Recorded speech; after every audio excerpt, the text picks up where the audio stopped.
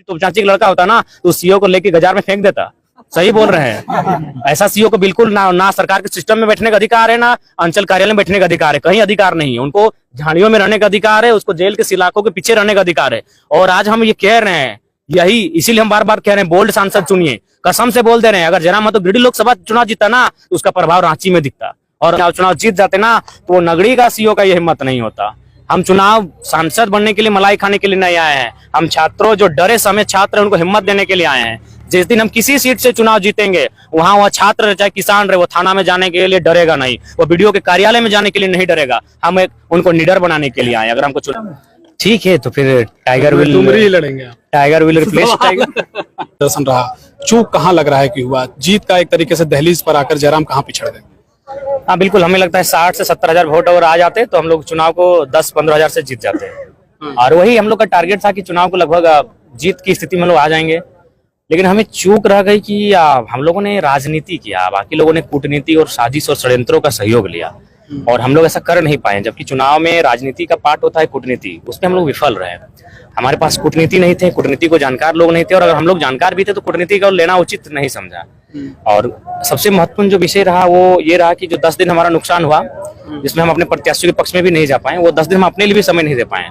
वो 10 दिन नुकसानदायक रहे। अगर उस 10 दिन हम ग्राउंड में होते, सभाओं में होते, नुक्कड़ सभाओं में होते, रैलियों में होते, रोड शो में होते, तो 50 से 70 हजार वोट फिर ऐड कर लेते। आप कह रहे थे कि भाई बूथ मैनेजमेंट को लेकर के भी आपने कई बार कहा कि भाई हमारे पास तो धनबल नहीं है, लेकिन अपने अपने से लोग हम देख रहे थे कि लगातार लगे रहे। एक जो हम आंकड़ा जुटा पाए कि भाई कहीं कहीं अल्पसंख्यकों का एक तरीके से उस तरीके का रुख देखने को नहीं मिला, जिस तरीके का सभा में लोग तब्दील होते दिखे। आपको लगता है बड़ा फैक्टर रहा अल्पसंख्यकों का? नो डाउट फैक्टर रहा, क्योंकि हम लोगों ने ये बात हमने कहा था, अपने प्रधान महासचिव हम लोग बैठे थे चुनाव के बाद, हमने एक ही चीज कहा था कि अगर आपका वोट परसेंटेज हम लोग की जीत हार को तय करने वाला है, इस त्रिकोणीय मुकाबला है। लेकिन खैर उनकी ओर से जो भी वोट आए, 2% आए, 3% आए, 4 आए, 5 आए, जो भी आए उनका हम सम्मान करते हैं, स्वागत करते हैं। एक नए लड़के पर अगर उस कौम के 2% लोगों ने भी विश्वास जताया है तो ये हमारे लिए सौभाग्य की बात है। हालांकि हम लोग भविष्य में प्रयास करेंगे कि वो मैक्सिमम हो।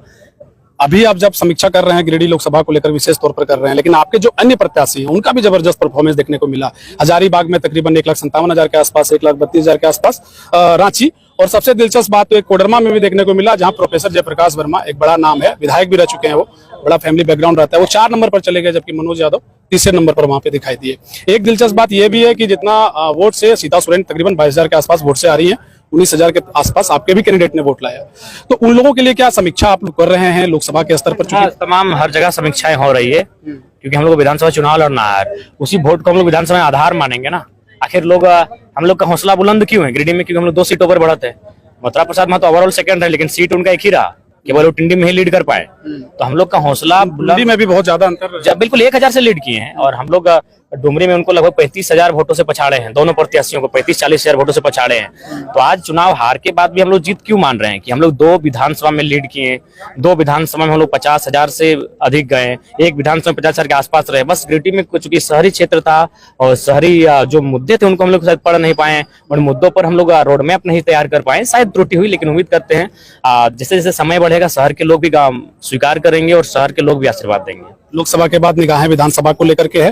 पहले तो आपसे खूब सवाल हम पूछे कि भैया लड़िएगा कहाँ से? आप बोले कभी धनबाद, कभी बोले कि नहीं हम पारसनाथ पहाड़ से अपना आगाज करने जा रहे हैं। इस बार विधानसभा में आगाज कहाँ से? देख, कहा पाना बड़ा टफ है, इसलिए टफ हो जा रहा है कि देखिए जो भी लोग हैं, विशेषकर लोकसभा के लोग, आप अगर रांची भी जाइएगा तो वे कह रहे थे कि हम जयराम महतो को वोट दे रहे हैं। वहां हमारे प्रत्याशी कौन है मालूम नहीं। मांडू में भी वही चीज था कि जयराम महतो को।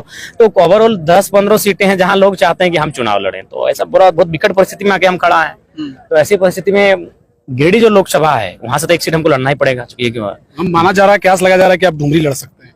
देखिए डुमरी को सेफ सीट मानते हैं? नहीं, वोट का आधार भी उसी तरीके से? नहीं, सेफ सीट तो कोई नहीं, चूंकि जब विधानसभा का चुनाव आएगा तो और इंटरेस्टिंग होगा। लेकिन टुंडी इतना गणित अब आने लगा है कि क्या हो सकता है?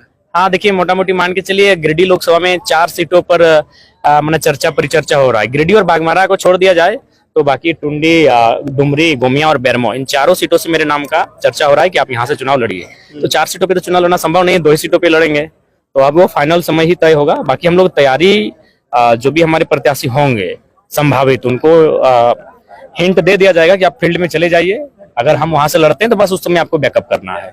27.5% आपने वोट लाया है, बहुत बड़ा आंकड़ा होता जी, है। बड़े बड़े लोग जो है निर्दलीय एक तरीके से प्रत्याशी चुनावी दंगल में थे वो हार गए, तो फर्स्ट टाइम आप वोट लाए ऑल ओवर इंडिया में। शायद ये हिस्ट्री में हमको लगता है अगर हिस्ट्री को अध्ययन किया जाए तो शायद कोई हो सकता है कि नहीं, हम नहीं कह सकते। बहुत बड़े बड़े लोग चुनाव हारे हैं। अटल बिहारी वाजपेयी पहली बार चुनाव लड़े थे, वो हार गए थे, देश के प्रधानमंत्री बने। जी बिल्कुल। नहीं, उसके बाद 27% वोट जो हम लोग लेके आए, देखिए उसके बाद जो भी लोग चुनाव लड़ेंगे एक प्लानिंग से लड़ेंगे, एक तैयारी से लड़ेंगे। हम लोग तो अनाड़ी बन के खिलाड़ियों के बीच कूद गए थे, बस क्या थी, विचारधारा थी या हमारी आइडियोलॉजी थी। तो ऐसे परिस्थिति में मात्र 1 साल पहले हम लोग पार्टी बनाने का घोषणा किए हैं, 1 साल पहले हम लोग चुनाव लड़ने का घोषणा किए हैं, 18 जून को घोषणा किए हैं, आपका 25 मई को हम लोग का चुनाव है, यानी 18 और 5 23 दिन तो कम ही मानते हैं। यानी 1 साल भी नहीं हुआ हम लोग को तैयारी का, और उस 1 साल में आप इंडिपेंडेंट लड़ते हैं और पहला चुनाव लड़ते हैं, अभी लोकसभा से लड़ते हैं और 27.5% वोट लेके आते हैं।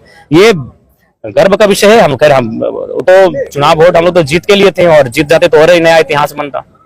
अंदर से कमजोर नहीं हुए हैं टाइगर, वही टाइगर है। 3 घंटे से देख रहे हैं कि आप जबरदस्त गर्मी में लोगों का आप जो एक तरीके से सुन रहे थे, कम बोल गए आप, वही टाइगर है या कुछ थोड़ा सा लग रहा है कि भाई कमी रह गई? कोई कमी नहीं है। और वो कहते हैं शेर जब 4 कदम पीछे आए तो ये ना समझना कि वो डर के मारे पीछे आ रहा है, इसका मतलब है वो अगली प्लानिंग के लिए पीछे आ रहा है, और अगली प्लानिंग विधानसभा का चुनाव है। एक सवाल ये कि जिस तरीके से आपने कहा कि भाई विधानसभा स्तर पर जो लोग हैं जो पहले से आपके पार्टी या एक तरीके से आंदोलन में जुड़े रहे, वहां कहीं ना कहीं कठिन दौर होगा आपके लिए। 81 विधानसभा से आप लोगों को प्रत्याशी के तौर पर उतारेंगे, बड़ा टसन और एक तरीके से चुनौती होगा आपके लिए। इन चुनौतियों के बीच में क्या लग रहा है, कुछ चीजें छूट जाएंगी, बढ़ जाएंगी? क्योंकि लोकसभा चुनाव में भी यही देखा गया, किन्हीं की नाराजगी ये रही कि आप जयराम दा हमारे साथ नहीं आए, हमारे गांव नहीं गए, उनको ज्यादा वैल्यू दिया गया, तवज्जो दिया गया। ये सब चीजें युवाओं में खास करके देखा गया। एक बहुत जेन्युइन प्रश्न है, इसको आप बखूबी समझते होंगे। क्या लग रहा है, चुनौती आपके लिए? चुनौती आएंगी और चुनौतियों का समाधान भी खोजना होगा, और हमें लगता है कि विधानसभा चुनाव से पहले हमारे पास जो समय है उसमें हम लोग चुनौतियों का समाधान कर लेंगे। तो अभी आप समीक्षा कर रहे हैं कि किन्हें किन्हें प्रत्याशी बनाना है? देखिए समीक्षा, हाँ, लगभग इन चीजों पर भी हम लोग का फीडबैक बन चुका है कि डुमरी में मेरे अलावा कौन प्रत्याशी हो सकते हैं, टुंडी में मेरे अलावा कौन प्रत्याशी हो सकते हैं, गिरिडीह में कौन प्रत्याशी हो सकते हैं, बाघमारा में कौन प्रत्याशी हो सकते हैं। तो तमाम सीटों पर प्रत्याशी संभावित हैं, 2 हैं, किसी में 3 है, किसी में 4 हैं, किसी में 5 भी हैं।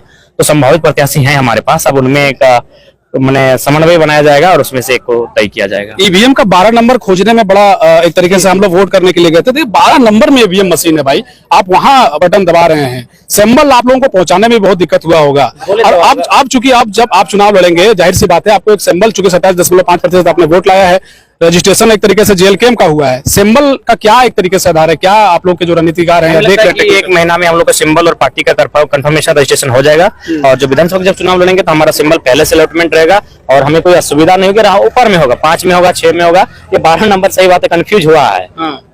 12 नंबर फिर भी, लेकिन 3,47,323 वोट, शायद 322। बिल्कुल, ये ऐतिहासिक है और प्राउड फीलिंग वाला मोमेंट है। इसके लिए हम लोग एक्सपेक्ट किए तो, उम्मीद भी किए थे कि हमारा वोट। आपके विपक्ष में आपको जानकारी एक आपको बताना चाहते हैं कि आपके जो विपक्ष के लोग हैं, चाहे जेएमएम के हों, आजसू के हों, भाजपा के हों, उनके दिमाग में खटक गया कि भाई जयराम इतना नहीं सोचे थे कि भाई इतना वोट ला सकता है। बिल्कुल, हमने तो कहा यूथ है, अब जहाँ से आपकी सोच खत्म हो जाती है वहां से हमारी सोच स्टार्ट होती है। एक अंतिम सवाल है, अंतिम सवाल ये कि अगर आप मान लीजिए कुछ सीटें विधानसभा में फतेह करते हैं, कहा यह जा रहा है, अनुमान लगाया जा रहा है कि हो सकता है इस बार जिस तरीके से गणित देखने को मिला देश की राजनीति में, इस बार की राजनीति में विधानसभा स्तर पर जयराम खेला कर सकते हैं। अगर बहुमत किसी की नहीं आती है, जयराम किधर जाएंगे? देखिए, ये भी जो राज्य की आइडियोलॉजी को सूट करेगा, जो राज्य की जनता का समन्वय को स्थापित करने में सक्षम होंगे, उसके बाद एक रायशुमारी ली जाएगी, उस रायशुमारी के बाद ही हम लोग तय कर पाएंगे। जयराम जी, आज एक पेपर कटिंग में चल रहा है कि बीजेपी आपसे गठबंधन करेगी। देखिए, ये बहुत सारी बातें अभी आएंगी, सुर्खियों में अभी नाम बना हुआ है जयराम माथुर, हकदार हैं हम लोग। और मैं चाहूंगा तमाम मीडिया बंधुओं का धन्यवाद कि वे हमें तरहीज दे रहे हैं, और साथ ही साथ वे जो हमारा मनोबल बढ़ा है उसके लिए आभार, और बिल्कुल बढ़ाना चाहिए। लोकतंत्र की, चूंकि मीडिया है लोकतंत्र का चौथा स्तंभ है, और हमने लोकतंत्र की खूबसूरती को प्रेजेंट किया है। बिना धनबल के हम लोग चुनाव लड़े हैं, तो आज हमें अगर अप्रिशिएट नहीं किया जाएगा तो फिर भविष्य में शायद ही कोई ऐसा युवा आएगा जो लोकतंत्र की मर्यादाओं को मान रखेगा। भले लोग चुनाव जो भी जीत रहे हैं, लेकिन सबको मालूम है कि एक एक लोकसभा में करोड़ों का इन्वेस्ट किया जा रहा है, ये लोकतंत्र के लिए शुभ संकेत नहीं है। इसी कारण आज मंत्री भ्रष्ट होते, इसी कारण विधायक सांसद भ्रष्ट होते, इसी कारण वो जनता से कट जाते हैं, क्योंकि वो पैसा लगा के चुनाव लड़ते हैं। अतः लोकतंत्र का चौथा स्तंभ जो हमें प्रेरित कर रहा है, इसके लिए हम उनका आभार और साथ ही साथ उनसे निवेदन है हमें प्रेरित किया जाए, क्योंकि हम लोग लोकतंत्र की खूबसूरती को प्रेजेंट किए हैं। तो प्रेरित करने के लिए कोई पार्टी से ऑफर जरूर आया होगा, इतना वोट लेके जयराम आए हैं, मतलब एक तरीके से कहर है। शुरू नहीं हुआ अभी क्या अभी तक किसी पार्टी से हमें कोई संबंध नहीं हुआ है, लेकिन उम्मीद है कि जैसे ही देश की राजनीति शांत होगी, तो हो गई कल मंत्रिमंडल का शपथ वपथ सब हो जाएगा, उसके बाद हमें विश्वास है कि जो भी राजनीतिक दल हैं जो राज्य में सक्रिय हैं उनकी ओर से प्रस्ताव आएंगे। एक अंतिम संदेश के तौर पर क्या देंगे देश की राजनीति के लिए, चूंकि गठबंधन पर इस बार सरकार बनी है, पहली बार मोदी समझिए कि गठबंधन में सरकार चलाएंगे। जब वो मुख्यमंत्री थे तो गुट बहुमत की सरकार थी, 2 वर्ष के जो 2 बार उनके कार्यकाल रहे उसमें भी वो पूर्ण बहुमत के साथ थे। इस बार आप क्या देखते हैं, क्योंकि आप जो एक तरीके से बात करते रहे नजर आए कि भाई आप प्रधानमंत्री मत चुनिए, आप जो है संसद चुनिए, तो आप एक तरीके से वही पेंच देखने को मिल रहा है, इसमें जयराम का क्या संदेश?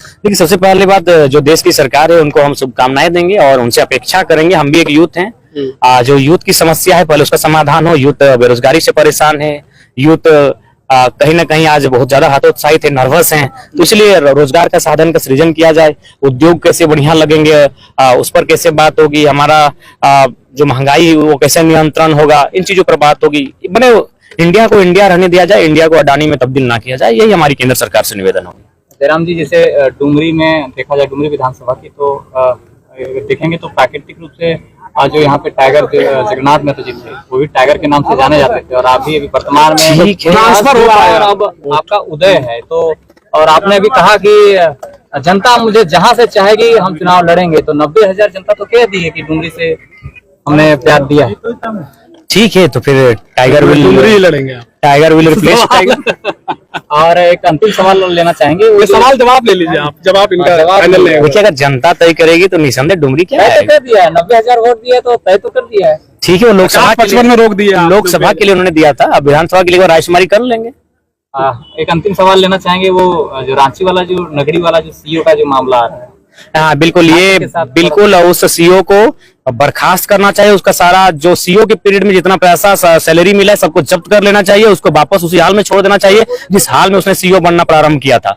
बिल्कुल ये बहुत गलत है, आपसी रंजिश कारण एक छात्र के भविष्य को वो खा जाता है। अब बताइए, लोग कहते हैं कि मैंने आज के युवा भटक जा रहे हैं, आज के युवा अपराधी तत्वों में चले जा रहे हैं। अगर दूसरा खैर वो लड़का पता नहीं क्या क्या नहीं किया, अगर हमारे तरफ का डुमरी तोपचांची का लड़का होता ना तो सीईओ को लेके बाजार में फेंक देता। सही बोल रहे हैं, ऐसा सीईओ को बिल्कुल ना सरकार के सिस्टम में बैठने का अधिकार है, ना अंचल कार्यालय में बैठने का अधिकार है, कहीं अधिकार नहीं है। उनको झाड़ियों में रहने का अधिकार है, उसको जेल के सिलाखों के पीछे रहने का अधिकार है। और आज हम ये कह रहे हैं, यही इसीलिए हम बार बार कह रहे हैं, बोल्ड सांसद चुनिए, कसम से बोल दे रहे हैं। अगर जयराम महतो गिरिडीह लोकसभा चुनाव जीता ना तो उसका प्रभाव रांची में दिखता, और सही बोल रहे हैं, अगर गिरिडीह हम जीत जाते ना तो सीईओ का औकात नहीं रहता। आज जब हम चुनाव, आज आपको बता रहे हैं, चंद्रपुरा में एक प्लांट आया है, वो कब केस को जारी किया पता है? जब चुनाव का रिजल्ट आ गया, उसने 5 तारीख को केस किया लड़का ऊपर। यानी उतना बड़ा कंपनी इस इंतजार में था कि 4 को रिजल्ट आने दीजिए, अगर जयराम महतो के पक्ष में रिजल्ट आएगा तो हम लोग ग्रामीणों पर केस नहीं करेंगे। ये दमखम था हमारा। लेकिन गिरिडीह की जनता कुछ समझ नहीं पाए, उन्होंने केंद्र को देखा, केंद्र उनके घर तक नहीं आएगी, लेकिन जयराम महतो उनका हिम्मत बनता। बिल्कुल प्री टर्न में ये चर्चा था, प्री टर्न के तमाम प्रखंड कार्यालय में ये चर्चा था, अगर ये लड़का संसद बन के आएगा तो जो भ्रष्ट पदाधिकारियों की खैर नहीं रहेगी। हम बोल दे रहे, अगर हम गिरिडीह लोकसभा चुनाव जीतते हैं, इधर हजारीबाग तक हमारा हवा रहता, इधर रांची तक हमारा हवा रहता, इधर पुरुलिया तक हमारा हवा रहता। हवा देखा जाए तो आप पूरे झारखंड को रिप्रेजेंट करते हैं, तो कहीं ना कहीं अगर वहाँ का भी मामला आया है तो कहीं ना कहीं आप भी बिल्कुल संज्ञान में लेंगे। हम सुबह से खोज रहे हैं, हम लगातार हम रांची के साथियों से संपर्क कर रहे हैं, जैसे सीईओ का नंबर लगे क्लास तो जरूर लगाएंगे।